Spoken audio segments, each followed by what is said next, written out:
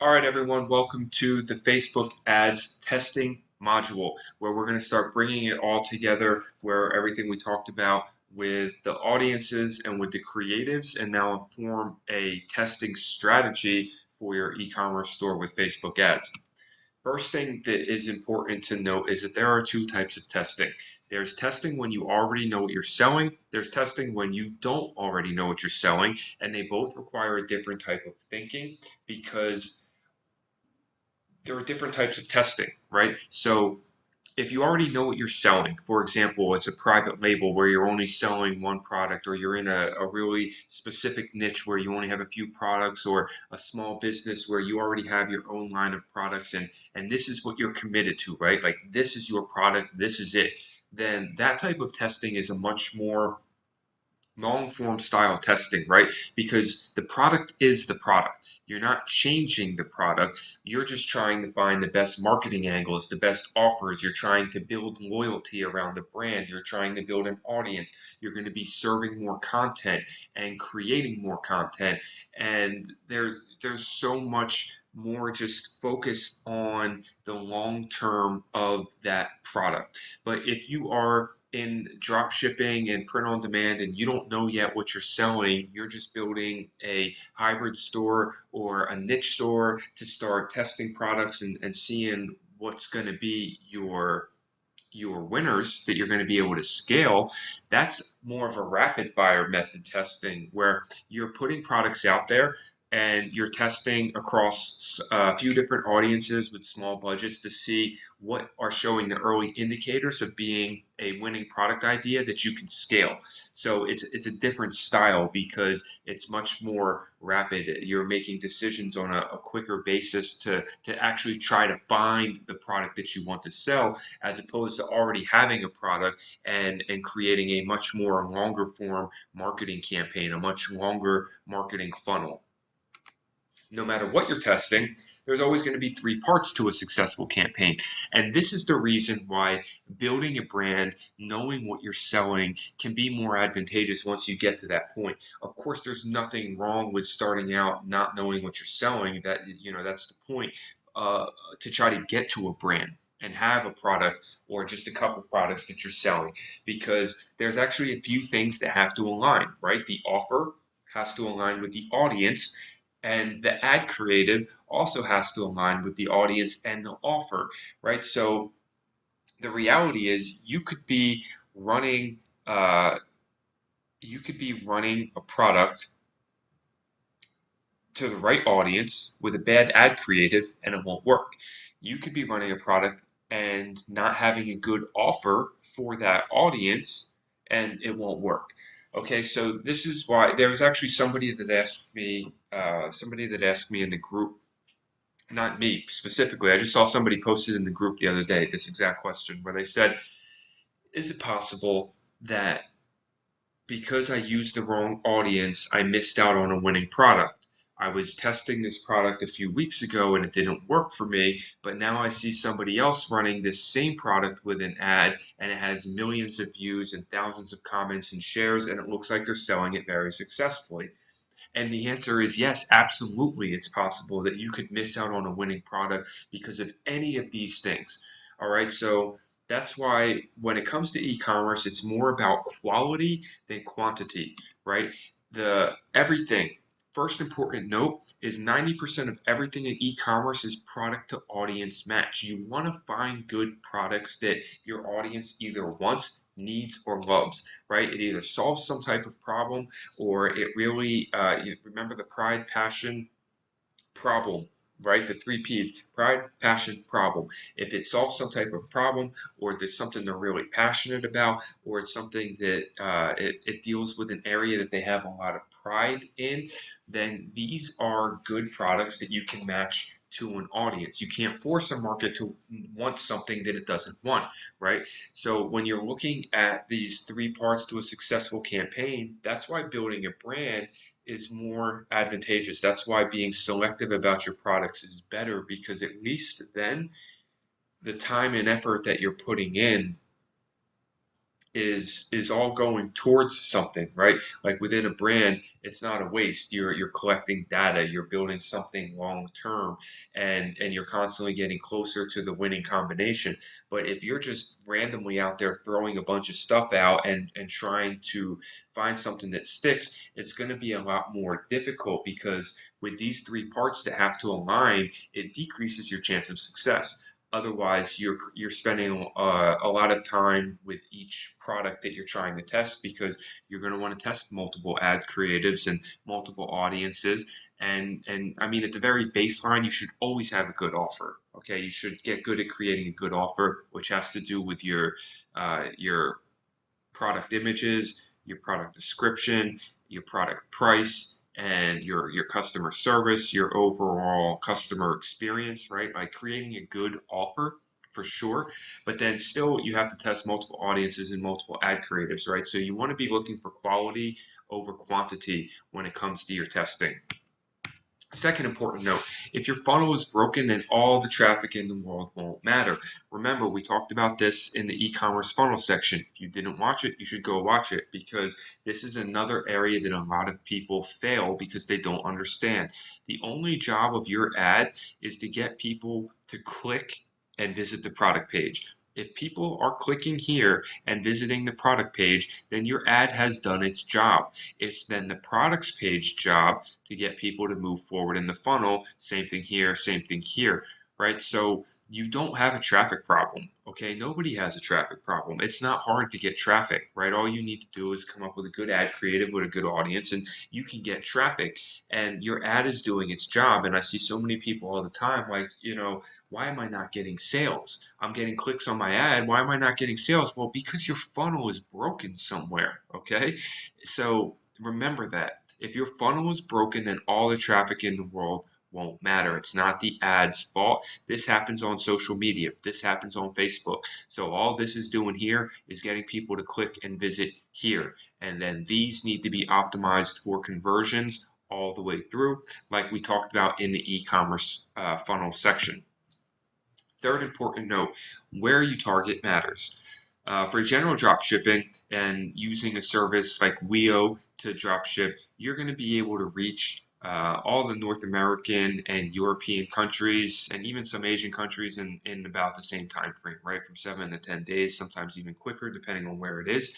So you might as well target all of those countries. If you're just selling like general dropship physical product items that you find on AliExpress, that's like say kitchen items, home goods, that the language doesn't matter, the culture generally doesn't matter. Like if you're selling, for example, if you're selling I'm trying to think of an item here. If you're selling a salad bowl item. That's the first one that came to my mind because we just looked at it as an example recently, right? So that salad bowl item, that's something that could be sold in basically any country, right? The audience is huge. The anti-theft backpack, that's something that was sold in every country all around the world because it doesn't matter what language you speak. It doesn't really matter what your culture is like.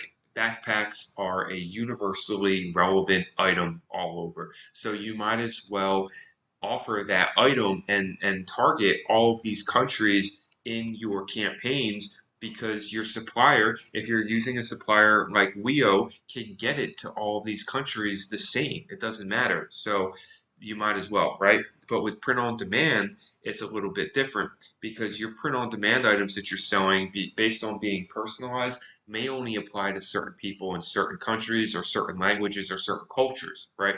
As an example, with the couples store that I had and I used as an example as the case study store that turned into Dropship Academy 2, a lot of those items were very American specific, right? Because they had to deal with the way that American culture celebrates weddings and celebrates bachelor and bachelorette parties. It's going to be different in different parts of the world. So I didn't target other parts of the world.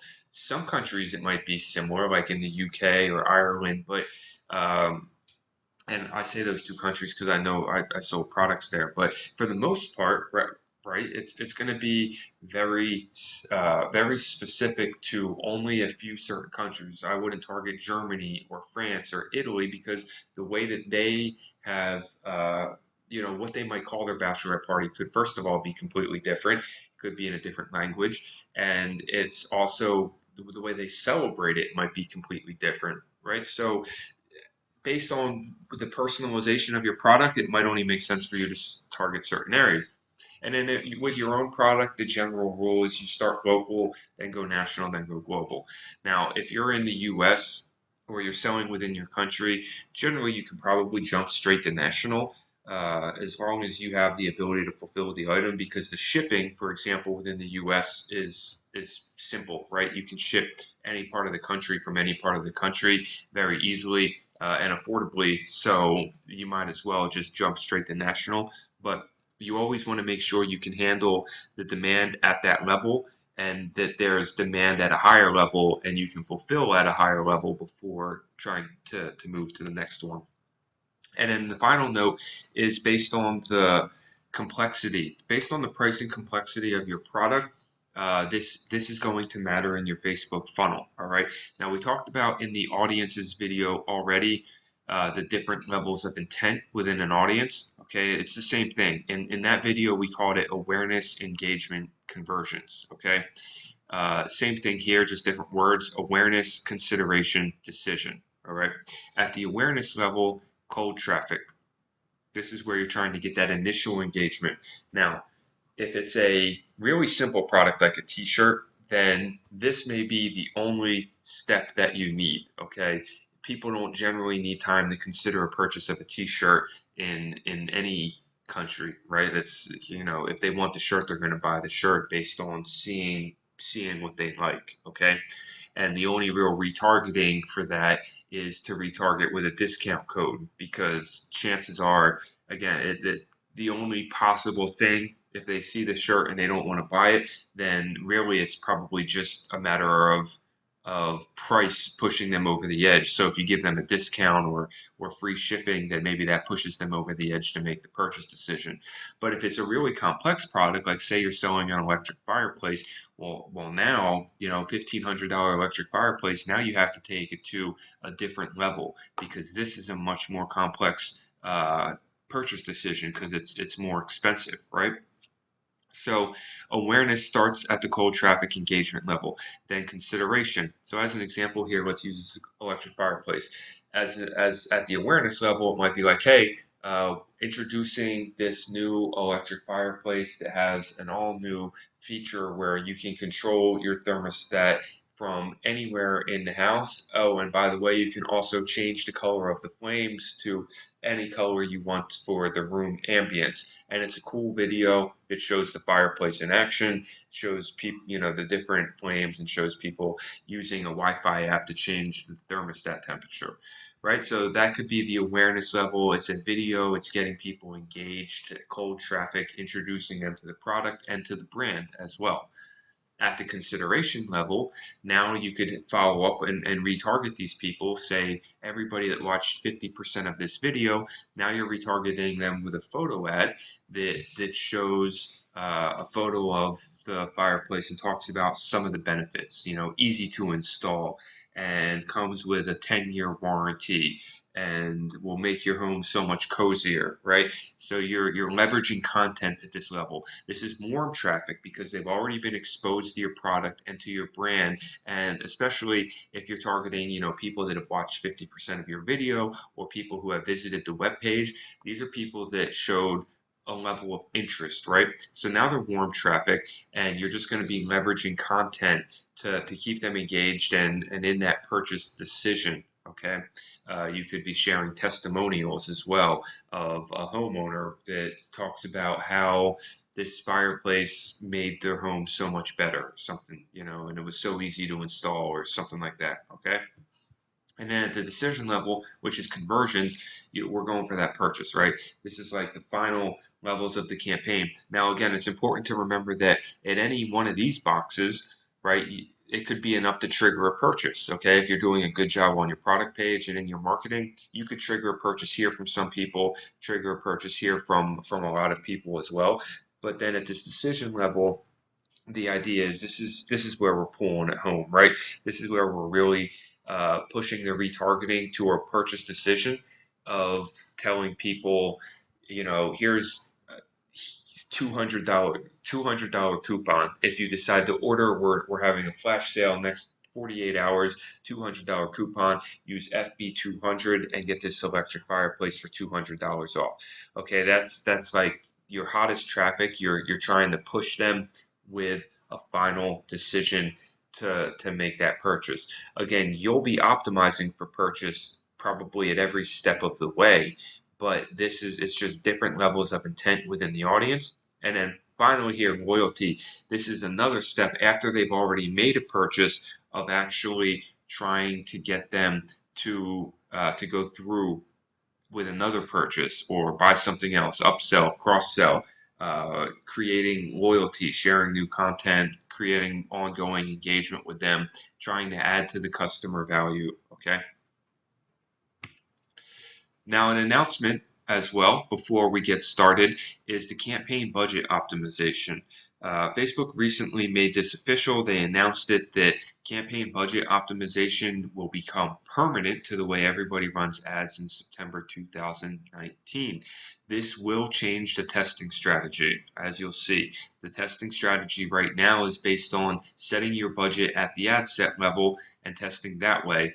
Campaign budget optimization moves your budget to the campaign level, and it's going to change things. All right, but if you're watching this now, it's because this is still relevant. All right, this effect doesn't become permanent until September 2019, and this content will be updated as soon as it becomes necessary, because it will change the testing strategy. But up until that point, it's not. So if you're unfamiliar with the campaign budget optimization, it happens here. Okay, so right now, this is an optional thing. When no matter what campaign you're creating, campaign budget optimization is an optional tab. And this didn't even used to exist until like maybe mid 2018. It started to show up, and nobody really used it. It was not very good at first, and it's been getting better. I still don't use it, but it's been getting better, and now it's worth starting to look at and test. And I've been working with some people that are using this as a strategy, which I'll share kind of what their strategy is later in here. So it's worth it to look at and test, because it is going to become official. But as of right now, you don't need to use it. So the difference is here in the budget and schedule, right? Right now, you set your budget at the ad set level here, okay?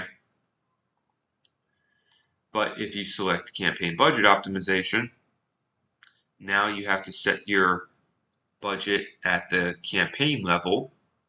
And then when you come to the ad set,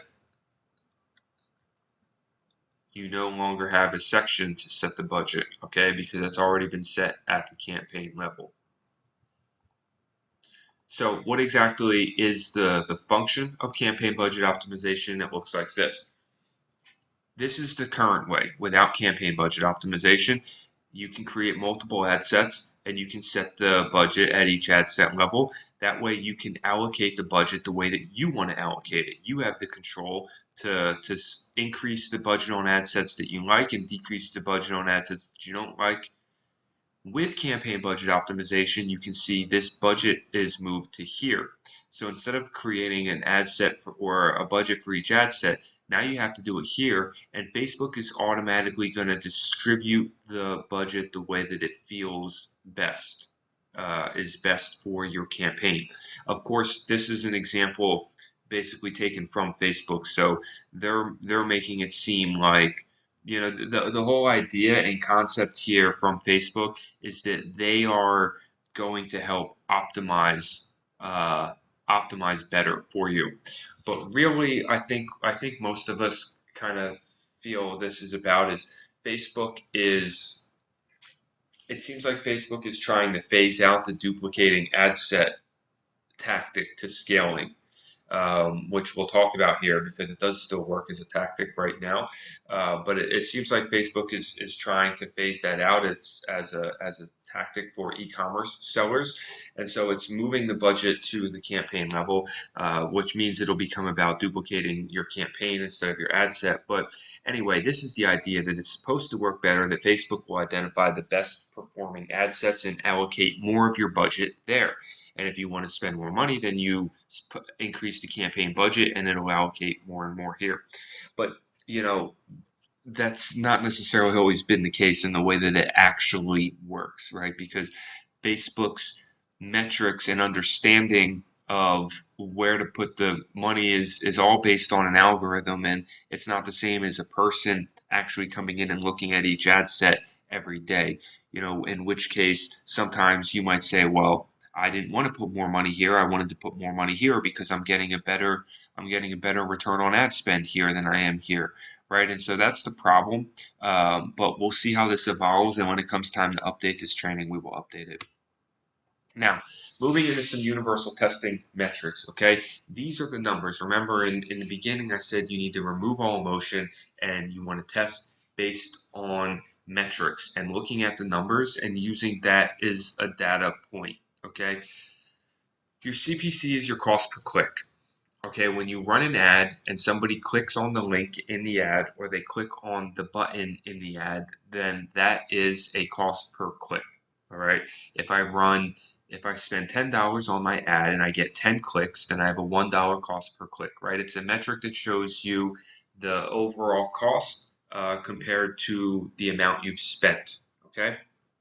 This is a good metric to look at the effectiveness of your ads, all right? Because clicks show buying intent. So if I'm running an ad and people are clicking it, then I know that people are interested in buying. If I'm running an ad and nobody's clicking, then I know that this ad is a miss because nobody is interested in actually getting more information about whatever it is I'm advertising. So it's important to remember that your cost per click is relevant to your profit margin, right? So here's why I say this, all right? The ideal CPC, cost per click, for a $20 to $80 product is going to be $1 or less, because your profit margin in that range, if your cost per click gets to be too high, then you're not going to be profitable, right? If you have a profit margin, if you're selling, say, like that electric fireplace, okay, and you're selling an electric fireplace that has a profit margin of $500, you can afford a lot higher of a cost per click, right? Because your margin is so much bigger. So it is important to remember that your cost per click is relative, but this is a good indication number here. $1 or less is where you want to see your CPC, or give or take around that. So like if we come in here, $1.29, and this is just a very basic, this is an old ad. So $1.29 cost per click, okay?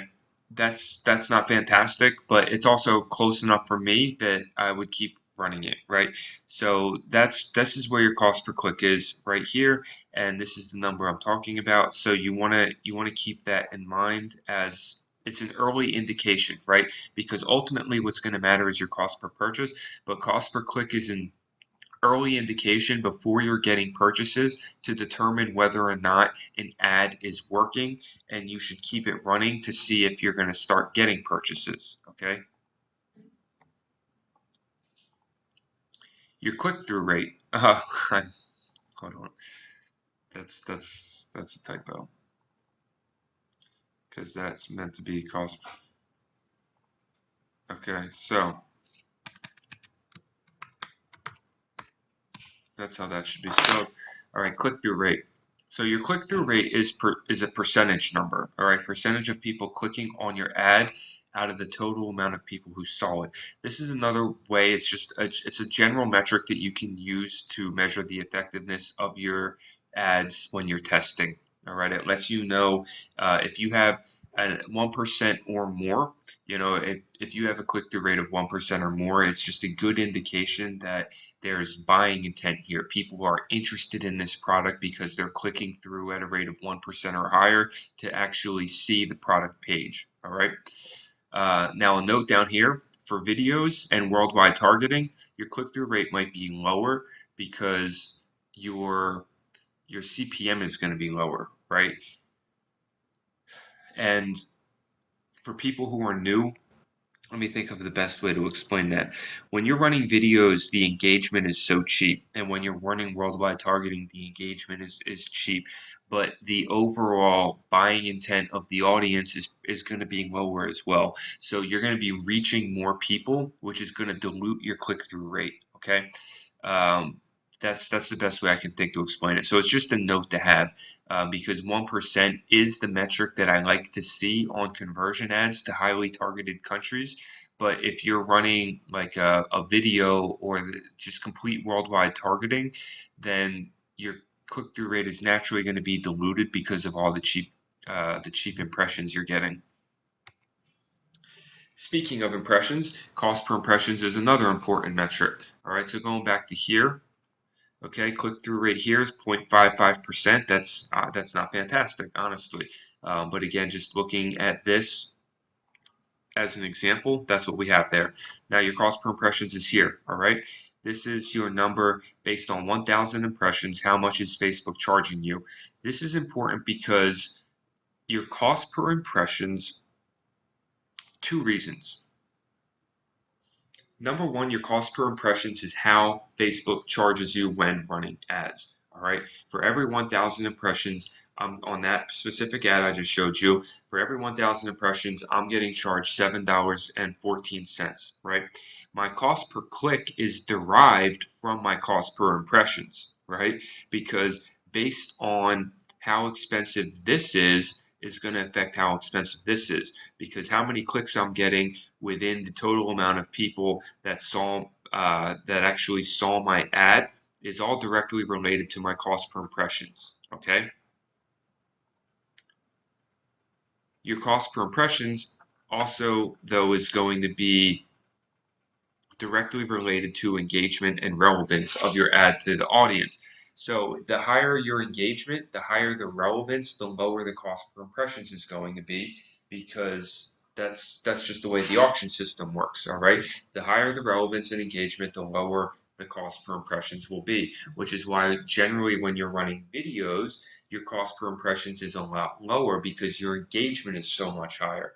Every time somebody watches a video, that counts as engagement. If they watch a video for more than 3 seconds, it counts as engagement. So with your engagement being so high, your cost per impressions is generally a lot lower, which allows you to reach a lot more people with videos. But it also means that your click-through rate is going to be lower because that engagement is so much cheaper, but it doesn't directly correlate to people wanting to actually click through your product, right? Now, it's important to note that you don't optimize for CPM, okay? Now, why does this matter? Because we're optimizing for purchase, right? In this example here, we're optimizing for purchase. This is a purchase conversion ad. So I'm getting charged by impressions, but I'm optimizing for purchase. You could have a very high cost per impression, but still have a profitable cost per purchase. That's why it's important to understand. Now, sometimes your CPM can just be ridiculous. It can make it hard to test, right? For example, if you have a CPM of $50, that means to reach 1,000 people, you're spending $50. Now, you might still be profitable running that ad, but you have to spend a lot more to scale that product, right? Because it costs more to reach more people. So even though you're spending at a profitable ratio, you're still spending more to reach more people, okay? So, excuse me. So that's why cost per impression matters, but you have to remember it in context to your actual conversion number. A few more notes on cost per impression. The lower your CPM, this is what I just said, the lower your CPM, the better your marketing efforts and the more cheaper it is to reach more people. Keep in mind, competitive audiences are going to have higher cost per impression because they convert better. So your cost per impression is also going to fluctuate based on the competition. If there's a lot of people competing for the same audience, it's going to naturally raise the cost because it's an auction-based system. So if you're competing with a really competitive audience, or like if you're competing during really competitive marketing times like holidays and seasonal times, then your cost per impression is naturally going to be higher.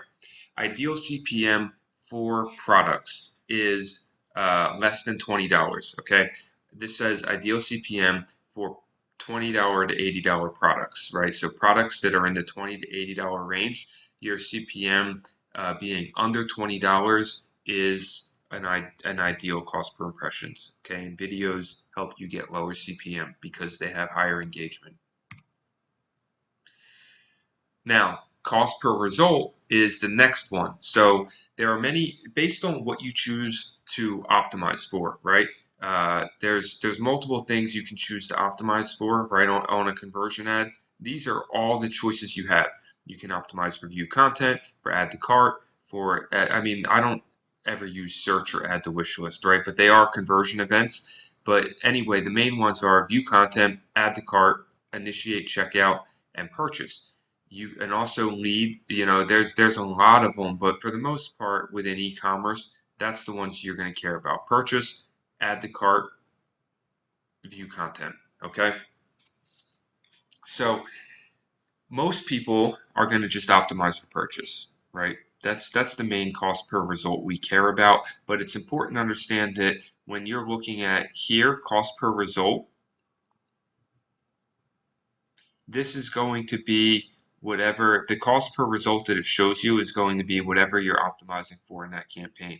So the reason I have them all listed is because you might optimize for something different, but cost per purchase is the main one that I'm going to talk about. And there is no universal number or guideline that you should look for with these because it's all based on your funnel and the profit margin of your product, right? Your cost per purchase is the main one we're going to talk about, because this is your customer acquisition cost. This is your magic number in marketing. This determines how profitable your campaign is, okay? This is the one variable in everything that you do, right? Because your gross profit in marketing and advertising equals whatever your gross sale with shipping is, okay? So say I'm selling a product for $17.95 plus $4.95 shipping, okay? That's this number here, comes out to what, $22.94. And then I subtract my cost of goods sold and my cost per purchase. Okay, I know what my cost of goods sold is before I start advertising. If my product with shipping costs $22.94 to the customer, and then my cost of goods sold with shipping is $10, I know that I have a $13.94 margin, right? And then of course your fees come out of that, but really what matters here is your cost per purchase. I know I have a $13.94 margin, so now I understand based on that margin where my cost per purchase needs to be, right? It needs to be under $13.94 for me to be profitable. So it all becomes about your customer acquisition cost. So this is your most important number in business and in marketing, because this is how you scale, right? So an example that I learned a long time ago, and I think has always been nice for looking, is understanding in terms of like your first of all, you need to have a target acquisition cost. Okay, so a lot of people talk about, like, the question, how do you price products? How do you price your product? Well, this is how you price your product right here based on this formula. Okay, you look at your cost of goods sold first. All right, and you have to look at the market price point. So say you're selling, let's just think of an example. Say you're selling a backpack, okay? You're selling a backpack, your cost of goods sold with shipping, let's say the backpack is $20 and it costs $3 to ship it, e-pack it around the world. All right, so your cost of goods sold plus shipping is $23, okay? Now, you say the market price on that is generally, for comparable models, the market price is somewhere around $49.95. Okay, let's just say 50 for making it easy. So it's a $50 backpack to the end consumer. You're paying $23 to fulfill that backpack. Means you have a $27 margin in between, right? So now you know that based on that $27 margin, you need to have a target customer acquisition cost. In that situation, you need to think about how much profit you want to make, okay? So out of that $27 margin, you know you're going to have some sort of cost per purchase, obviously. So let's say you decide my target is going to be $15. Okay, your target customer acquisition cost is $15. That would leave you a $12 profit margin, pure profit margin. For every product you sold, that would be a $12 profit margin out of a $50 sale, which would be, let's say, it would be a 24% profit margin. Not terrible, right? If you wanted to try to keep it at a 30% profit margin, then you would have to do it at you'd have to be making $15 per sale, right? Which means you would have to set your customer acquisition cost at $12. That would be your target cost, right? You see how that works? So you're kind of working backwards because you said, okay, I'm going to be selling this backpack for $50. That's the fair market value of this backpack, and I'm sourcing it for 23. So I have that $27 margin. I want to make a 30% profit margin on this. So my target acquisition cost is $12. Now, when you come over here and you have your target acquisition cost, your green light to scale is going to be anything that's less than that. So if you start marketing and you're getting sales for $8 cost per purchase, then you're in the green light. Scale, scale, scale. Keep increasing the budget until your cost per purchase gets to a point where it starts to reach the threshold, yellow light, right? So you start to scale naturally as you scale and start to branch into a larger audience. Your cost per purchase will increase, okay, because you'll start running out of the most dedicated buyers and you'll start reaching into larger pools. So say it starts to increase and you get to now it's rising, it's like at $10. Okay, so now it's time to start slowing down a little because you're quickly approaching your $12 target cost, right? And then the red light, of course, is going to be if you are over your target cost. So you started to slow down, but another week later, even with slowing down, it's now up to $13. You're no longer profitable, so it's time to cut that off. You need to know what your target cost is.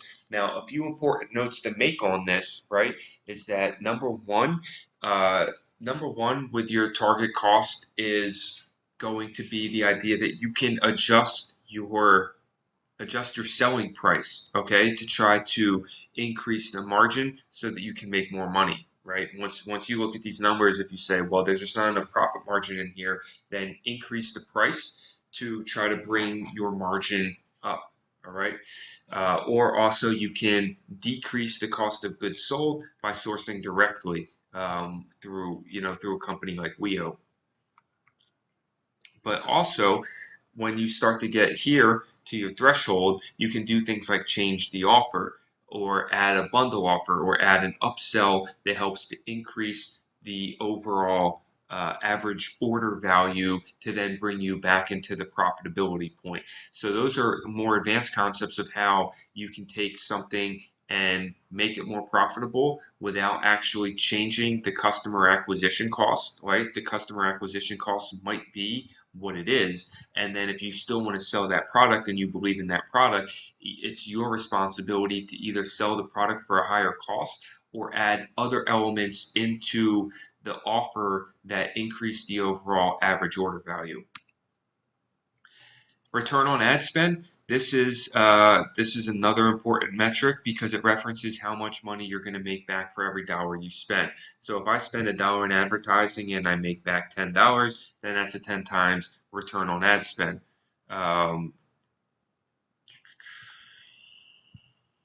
Here it is here.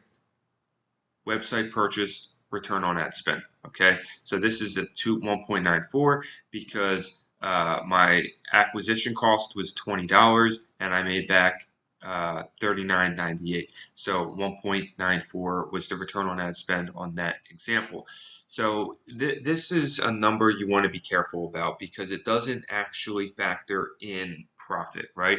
And just seeing somebody's return on ad spend, like there's different levels of awareness. Your return on ad spend is generally going to be much higher on a retargeting ad than it is on a cold traffic ad.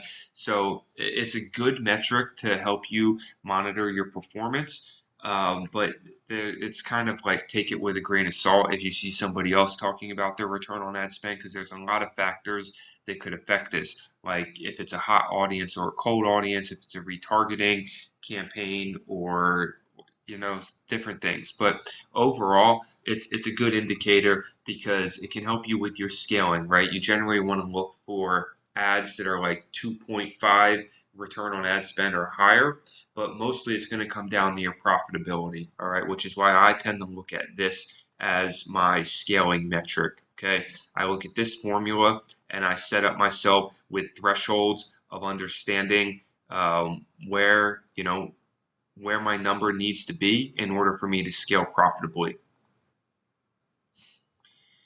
Okay, now moving into this is the last thing. I'm actually going to make this 2 videos, okay? Because from here, I mean, this is basically giving us all the stuff moving into it, talking about like introductory stuff, testing metrics, and now looking at customizing your ads manager column. And then from here, we're going to get into actual testing strategies. Okay, so let's just look at this last part of customizing your ads manager column. All right, and that's in here. You can see mine's called custom ecom. You can come to customize columns, and basically there's a few things that you want to see. All right, this is how I like to have mine set up here, and this is what you can do over here. Okay, you scroll through, and you can select which ones you want.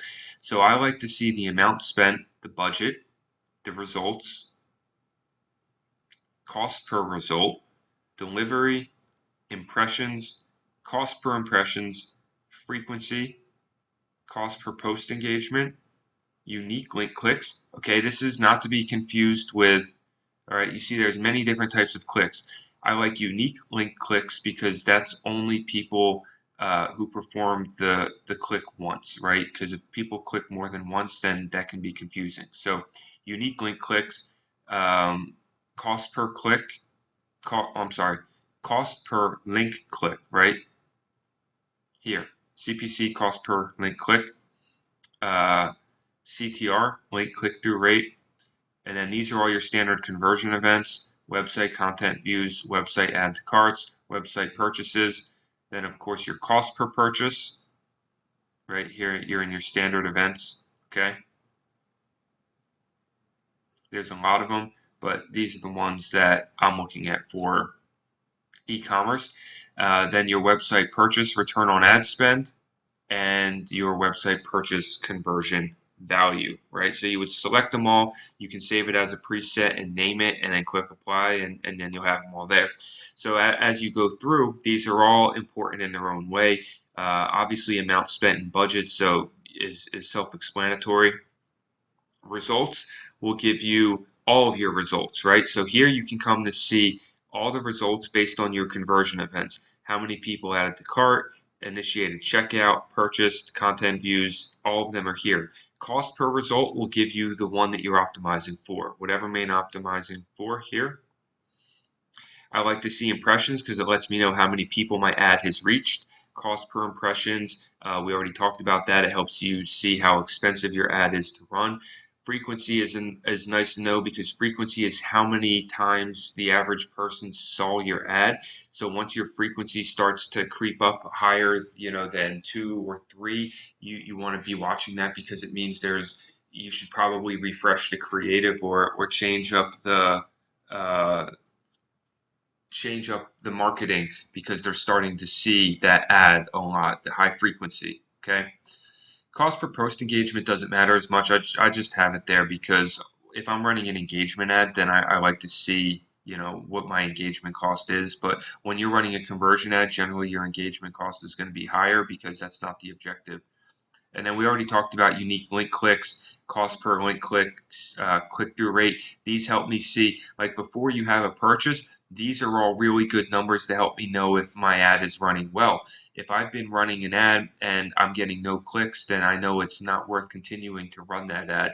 But if I'm running an ad and I don't have any purchases yet, but I've been getting a lot of clicks and I have a great click-through rate, and I have website content views, and I see people are starting to add to cart, then I know this ad is worth continuing to run because Facebook is just narrowing in. It's narrowing in and starting to find the most likely people, and eventually I should start to get some purchases.